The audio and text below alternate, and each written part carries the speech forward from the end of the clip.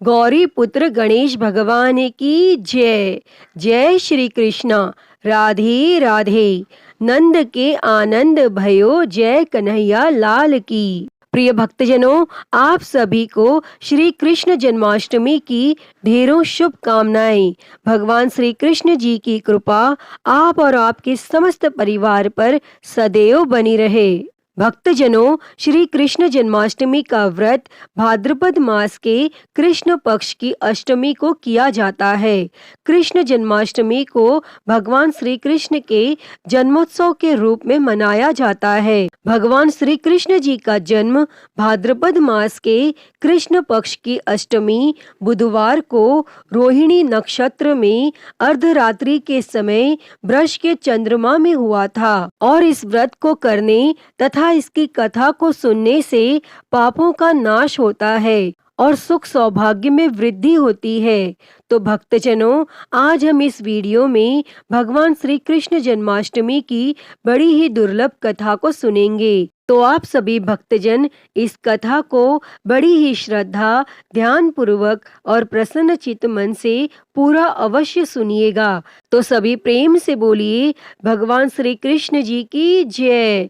राधे राधे। भक्तजनों, जन्माष्टमी की कथा सुनने से पहले आइए सुनते हैं यशोदा माता और बाल गोपाल की बड़ी ही सुंदर कथा। एक बार की बात है, यशोदा माता प्रभु श्री कृष्ण जी की शैतानियों से तंग आ गई और छड़ी लेकर भगवान श्री कृष्ण जी की ओर दौड़ी।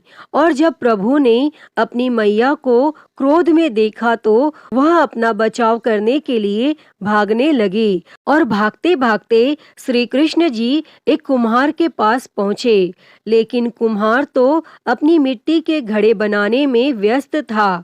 लेकिन जैसे ही कुम्हार ने भगवान श्री कृष्ण जी को देखा तो वह बहुत प्रसन्न हुआ और कुम्हार जानता था कि श्री कृष्ण साक्षात परमेश्वर हैं। तब प्रभु ने कुम्हार से कहा कि हे कुम्हार, आज मेरी मैया मुझ पर बहुत क्रोधित है। मेरी मैया छड़ी लेकर मेरे पीछे पीछे आ रही है। आप मुझे कहीं पर छुपा लो। तब कुम्हार ने श्री कृष्ण जी को एक बड़े से मटके के नीचे छुपा दिया। तब कुछ ही क्षणों में माता यशोदा भी वहां पर आ गईं और कुम्हार से पूछने लगी, क्यों रे कुम्हार, तूने मेरे कन्हैया को कहीं देखा है क्या? तब कुम्हार ने कह दिया कि नहीं माता, मैंने आपके कन्हैया को कहीं नहीं देखा है। और भगवान श्री कृष्ण जी ये सारी बातें बड़े से घड़े के नीचे छुपकर सुन रहे थे और मैया तो वहां से चली गई। तब भगवान श्री कृष्ण जी कुम्हार से कहते हैं, हे कुम्हार, यदि मैया चली गई हो तो मुझे इस घड़े से बाहर निकालो। तब कुम्हार बोला, ऐसा नहीं है प्रभु, पहले मुझे 84 लाख योनियों के बंधन से मुक्त करने का वचन दो। और तब भगवान मुस्कुराए और कहा, ठीक है, मैं तुम्हें 84 लाख योनियों से मुक्त करने का वचन देता हूँ। अब तो तुम मुझे बाहर निकालो। तब कुम्हार कहने लगा, मुझे अकेले नहीं प्रभु जी, मेरे परिवार के सभी लोगों को भी 84 लाख योनियों के बंधन से मुक्त करने का वचन दो, तो मैं आपको इस घड़े से बाहर निकालूंगा। तब प्रभु जी कहते हैं, चलो ठीक है, उनको भी 84 लाख योनियों के बंधन से मुक्त होने का मैं वचन देता हूँ। अब तो तुम मुझे घड़े से बाहर निकालो। लेकिन अब कुम्हार कहता है, बस प्रभु जी, एक विनती और है, उसे भी पूरा करने का वचन दे दो तो मैं आपको घड़े से बाहर निकाल दूंगा। तब भगवान बोले, वह भी बता दो, क्या कहना चाहते हो? तब कुम्हार कहने लगा, प्रभु जी, जिस घड़े के नीचे आप छुपे हो उसकी मिट्टी मेरे बैलों के ऊपर लाद के लाई गई है। मेरे इन बैलों को भी 84 के बंधन से मुक्त करने का वचन दो। तब भगवान ने कुम्हार के प्रेम पर प्रसन्न होकर उन बैलों को भी 84 के बंधन से मुक्त होने का वचन दिया। तब प्रभु बोले, अब तो तुम्हारी सब इच्छा पूरी हो गई है, अब तो तुम मुझे घड़े से बाहर निकाल दो। लेकिन अब कुम्हार फिर से कहता है, अभी नहीं भगवान, बस एक अंतिम इच्छा और है, उसे भी पूरा कर दीजिए। और वह यह है कि जो भी प्राणी हम दोनों के बीच के संवाद को सुनेगा उसे भी आप 84 लाख योनियों के बंधन से मुक्त करोगे। बस यह वचन दे दो तो मैं आपको इस घड़े से बाहर निकाल दूंगा। तब कुम्हार की प्रेम भरी बातों को सुनकर प्रभु श्री कृष्ण जी बहुत खुश हुए और कुम्हार की इस इच्छा को भी पूरा करने का वचन दिया। और फिर कुम्हार ने बाल श्री कृष्ण जी को घड़े से बाहर निकाल दिया और उनके चरणों में साष्टांग प्रणाम किया और प्रभु जी के चरण धोए और चरणामृत को पिया और अपनी पूरी झोपड़ी में चरणामृत का छिड़काव किया और प्रभु जी को अपने गले लगाकर इतना रोया कि प्रभु में ही विलीन हो गया। भक्तजनों, जो बाल श्री कृष्ण जी 7 कोस लंबे चौड़े गोवर्धन पर्वत को अपनी एक उंगली से उठा सकते हैं तो क्या वे एक घड़े को नहीं उठा सकते थे? लेकिन बिना प्रेम के कोई कितने भी यज्ञ करें, कितना भी दान करें, चाहे कितनी भी भक्ति करें, लेकिन जब तक मन में प्राणी मात्र के लिए प्रेम नहीं होगा तब तक प्रभु श्री कृष्ण जी नहीं मिल सकते। तो सभी प्रेम से बोलिए श्री राधा कृष्ण भगवान की जय। प्रिय भक्तजनों, आइए अब सुनते हैं भगवान श्री कृष्ण जी की एक बड़ी ही दुर्लभ और पुण्य फलदायी कथा। तो सभी प्रेम से बोलिए वृंदावन बिहारी लाल की जय। एक समय ब्रजभूमि में भगवान श्री कृष्ण के एक परम भक्त कुंभन दास रहते थे। कुंभन दास का एक पुत्र रघुनंदन था और कुंभन दास हर वक्त श्री कृष्ण की भक्ति में लीन रहते थे और पूरे नियम से भगवान की पूजा और सेवा किया करते थे और वे उन्हें छोड़कर कहीं नहीं जाते थे ताकि उनकी सेवा में कोई कमी न आए। और एक दिन वृंदावन से उनके लिए भागवत कथा करने का न्योता आया तो पहले तो कुंभन दास ने मना कर दिया, लेकिन कुछ सोच विचार कर बाद में वे कथा में जाने के लिए तैयार हो गए और उन्होंने सोचा कि भगवान की सेवा की तैयारी करके वे रोजाना कथा करके वापस लौट आएंगे और जिससे भगवान की सेवा नियम से हो सकेगी और यह सेवा टूटेगी नहीं। तब उन्होंने अपने पुत्र को समझा दिया कि वे भोग तैयार कर चुके हैं और उन्हें बस समय पर ठाकुर जी को भोग लगाना है। और इसके बाद वे प्रस्थान कर दिए और कथा वाचन के लिए चले गए। तब कुंभन दास के पुत्र रघुनंदन ने भोजन की थाली श्री कृष्ण के सामने रखी और सरल मन से आग्रह किया कि हे ठाकुर जी, आओ और भोग लगाओ। और रघुनंदन दास के मन में भगवान श्री कृष्ण की बाल रूप में छवि थी, तो वे सोच रहे थे कि भगवान आकर अपने हाथों से भोजन करेंगे जैसे हम सभी करते हैं। तब उसने बार बार आग्रह किया, लेकिन भोजन तो वैसे का वैसे ही रहा और अब रघुनंदन उदास हो गया और रोते हुए भगवान श्री कृष्ण को पुकारने लगा कि हे कृष्णा, आओ और भोग लगाओ। भक्तजनों, तब कहते हैं ना कि जो बच्चे हृदय से भगवान को पुकारते हैं तो भगवान को आना ही पड़ता है। वैसे ही रघुनंदन के इस पुकार के बाद भगवान श्री कृष्ण ने बालक का रूप धर लिया और भोजन करने बैठ गए। और जब कुंभन दास ने घर में आकर रघुनंदन से प्रसाद मांगा तो उसने कह दिया कि ठाकुर जी ने तो सारा प्रसाद, सारा भोजन खा लिया, मैं आपको प्रसाद कहाँ से दूं? तब कुंभन दास को लगा कि बच्चे को भूख लगी होगी और वही सारा भोजन खा गया होगा, लेकिन अब तो यह रोज की कहानी हो गई थी। और अब कुंभन दास को शक होने लगा तो उन्होंने एक दिन लड्डू बनाकर थाली में रखे और छुपकर देखने लगे कि रघुनंदन क्या करता है। तब रघुनंदन ने रोज की तरह ही भगवान श्री कृष्ण को पुकारा और वे बालक के रूप में प्रकट हो गए और लड्डू खाने लगे। तब यह देखकर कुंभन दास दौड़ते वे आए और प्रभु के चरणों में गिरकर विनती करने लगे। और तब उस समय भगवान कृष्ण के एक हाथ में लड्डू और दूसरे हाथ वाला लड्डू उनके मुंह में था कि वे एकदम मूर्ति हो गए। तो प्रिय भक्तजनों, इसके बाद से ही उनकी इसी रूप में पूजा की जाती है और वे लड्डू गोपाल कहलाए जाते हैं। तो सभी प्रेम से बोलिए जय श्री कृष्णा, राधे राधे। प्रिय भक्तजनों, आइए अब सुनते हैं श्री कृष्ण जन्माष्टमी की व्रत कथा। तो सभी प्रेम से बोलिए भगवान श्री कृष्ण जी की जय, राधे राधे।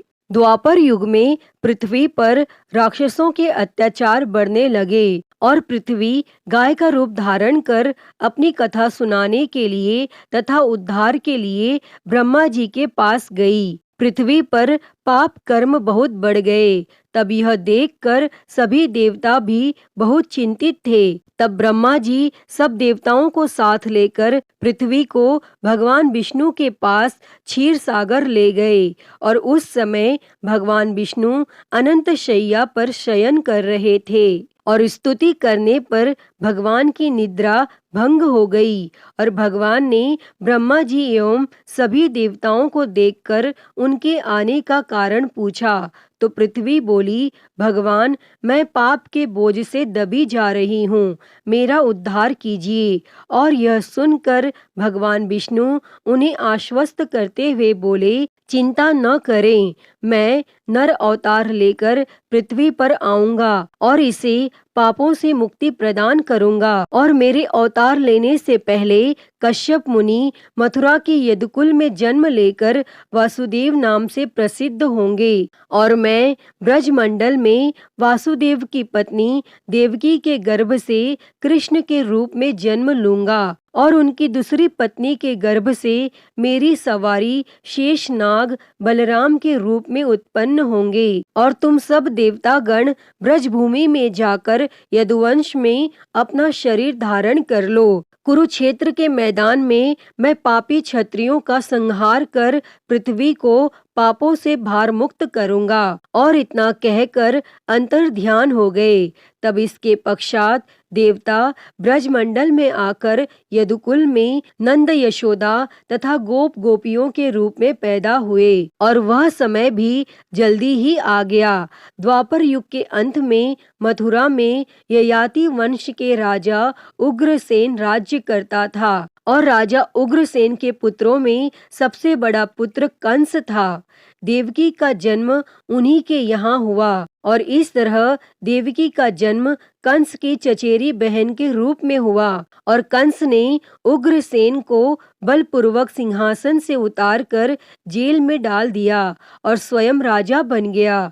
और इधर कश्यप ऋषि का जन्म राजा शूरसेन के पुत्र वसुदेव के रूप में हुआ और कालांतर में देवकी का विवाह यदुकुल में वसुदेव के साथ संपन्न हुआ। कंस देवकी से बहुत स्नेह करता था, पर जब कंस देवकी को उसके विवाह उपरांत विदा करने के लिए रथ के साथ जा रहा था तो आकाशवाणी हुई कि हे कंस, जिस देवकी को तू बड़े प्रेम से विदा करने जा रहा है उसका 8वां पुत्र तेरा संहार करेगा। और यह आकाशवाणी की बात सुनकर कंस क्रोध से भरकर देवकी को मारने को उद्यत हो गया। तब उसने सोचा न देवकी रहेगी और न ही उसका पुत्र होगा और इस घटना से चारों तरफ हाहाकार मच गया। अनेक योद्धा वसुदेव का साथ देने के लिए तैयार हो गए, पर वसुदेव युद्ध नहीं चाहते थे। वासुदेव जी ने कंस को समझाया कि तुम्हें देवकी से तो कोई भय नहीं है, देवकी की 8वीं संतान मैं तुम्हें सौंप दूंगा और तब तुम्हारे समझ में जो आए उसके साथ वैसा ही व्यवहार करना। तब उनके समझाने पर कंस का गुस्सा शांत हो गया और वसुदेव जी झूठ नहीं बोलते थे और कंस ने वसुदेव जी की बात स्वीकार कर ली, पर उसने वसुदेव और देवकी को कारागार में बंद कर दिया और सख्त पहरा लगवा दिया। तत्काल नारद जी वहां पहुंचे और कंस से बोले कि यह कैसे पता चला कि 8वां गर्भ कौन सा होगा, गिनती प्रथम से या अंतिम गर्भ से शुरू होगा। तब कंस ने नारद जी के परामर्श पर देवकी के गर्भ से उत्पन्न होने वाले समस्त बालकों को मारने का निश्चय कर लिया। और जैसे ही देवकी ने प्रथम पुत्र को जन्म दिया, वसुदेव ने उसे कंस के हवाले कर दिया और कंस ने उसे चट्टान पर पटककर मार डाला। और इस प्रकार एक एक करके कंस ने देवकी के 7 बालकों को निर्दयता पूर्वक मार डाला। और भाद्रपद के कृष्ण पक्ष की अष्टमी को रोहिणी नक्षत्र में श्री कृष्ण का जन्म हुआ और उनके जन्म लेते ही जेल की कोठरी में प्रकाश फैल गया और वासुदेव देवकी के सामने शंख, चक्र, गदा एवं पद्मधारी चतुर्भुज भगवान ने अपना रूप प्रकट कर कहा, अब मैं बालक का रूप धारण करता हूँ। तुम मुझे तत्काल गोकुल में नंद के यहाँ पहुँचा दो और उनकी अभी अभी जन्मी कन्या को लाकर कंस को सौंप दो। और तत्काल ही वसुदेव जी की हथकड़ियाँ खुल गईं और दरवाजे अपने आप खुल गए, पहरेदार सो गए।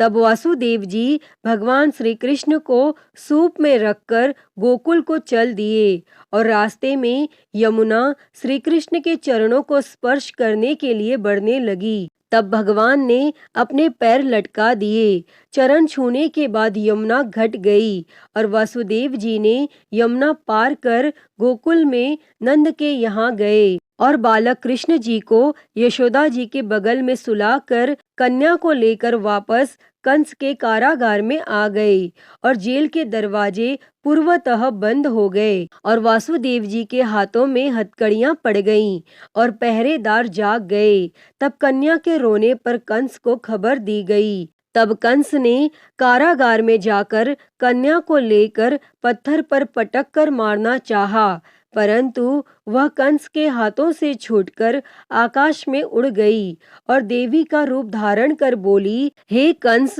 मुझे मारने से क्या लाभ? तेरा शत्रु तो गोकुल में पहुंच चुका है। और यह दृश्य देखकर कंस हतप्रभ और व्याकुल हो गया। कंस ने श्री कृष्ण को मारने के लिए अनेक दैत्य भेजे और भगवान श्री कृष्ण ने अपनी अलौकिक माया से सारे दैत्यों को मार डाला और बड़े होने पर कंस को मारकर उग्रसेन जी को राजगद्दी पर बैठाया। और भगवान श्री कृष्ण के जन्म की इस पुण्य तिथि को तभी से सारे देश में बड़े हर्षोल्लास से जन्माष्टमी के रूप में मनाया जाता है। अतः हे भगवान श्री कृष्ण जी, इस कथा को कहते, सुनते और हुंकारा भरते सभी पर अपनी कृपा सदैव बनाए रखना। तो सभी प्रेम से बोलिए, जय श्री कृष्णा, राधे राधे। प्रिय भक्तजनों, आइए अब सुनते हैं हर व्रत कथा के साथ पढ़ी और सुनी जाने वाली एक पौराणिक लोक कथा। इस कथा के अनुसार एक लपसी था और एक तपसी था। तपसी हमेशा भगवान की तपस्या में लीन रहता था और लपसी रोजाना 1.25 सेर की लापसी बनाकर भगवान को भोग लगाकर जिम लेता था। और एक दिन दोनों लड़ने लगे। तपसी बोला, मैं रोज भगवान की तपस्या करता हूँ, इसीलिए मैं बड़ा हूँ। लपसी बोला, मैं रोज भगवान को 1.25 सेर लापसी का भोग लगाता हूँ, इसीलिए मैं बड़ा हूँ। तब उसी समय नारद जी वहां से गुजर रहे थे और दोनों को लड़ता देखकर तब उनसे पूछा कि तुम क्यों लड़ रहे हो? तब तपसी ने खुद के बड़ा होने का कारण बताया और लपसी ने अपना कारण बताया। तब नारद जी बोले, तुम्हारा फैसला मैं कर दूंगा।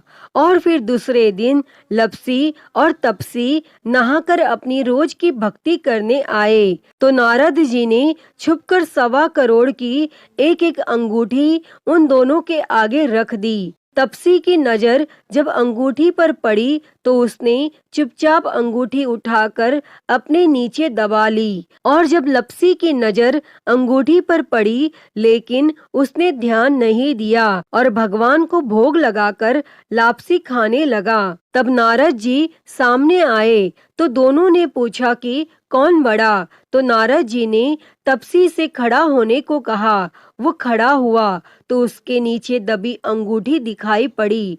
तब नारद जी ने तपसी से कहा, तपस्या करने के बाद भी तुम्हारी चोरी करने की आदत नहीं गई, इसीलिए लपसी बड़ा है और तुम्हें तुम्हारी तपस्या का कोई फल भी नहीं मिलेगा। तब तपसी शर्मिंदा होकर माफी मांगने लगा। तब उसने नारद जी से पूछा, मुझे मेरी तपस्या का फल कैसे मिलेगा?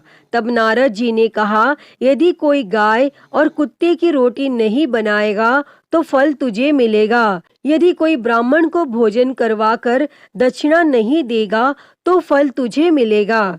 यदि कोई साड़ी के साथ ब्लाउज नहीं देगा तो फल तुझे मिलेगा। यदि कोई दिए से दिया जलाएगा तो फल तुझे मिलेगा। और यदि कोई सारी कहानी सुने लेकिन तुम्हारी कहानी नहीं सुने तो फल तुझे मिलेगा। और उसी दिन से हर व्रत कथा कहानी के साथ लपसी तपसी की कहानी भी सुनी और कही जाती है। प्रिय भक्तजनों, तो मैं उम्मीद करती हूँ कि आपको आज की ये कथा पसंद आई होगी और अगर वीडियो अच्छी लगी हो तो इसे लाइक करें, ज़्यादा से ज़्यादा शेयर करें और कमेंट बॉक्स में राधे राधे लिखना ना भूलें और हरिहर भक्ति चैनल को सब्सक्राइब कर नोटिफिकेशन बेल को ज़रूर ऑन कर लें। हर हर महादेव। धन्यवाद।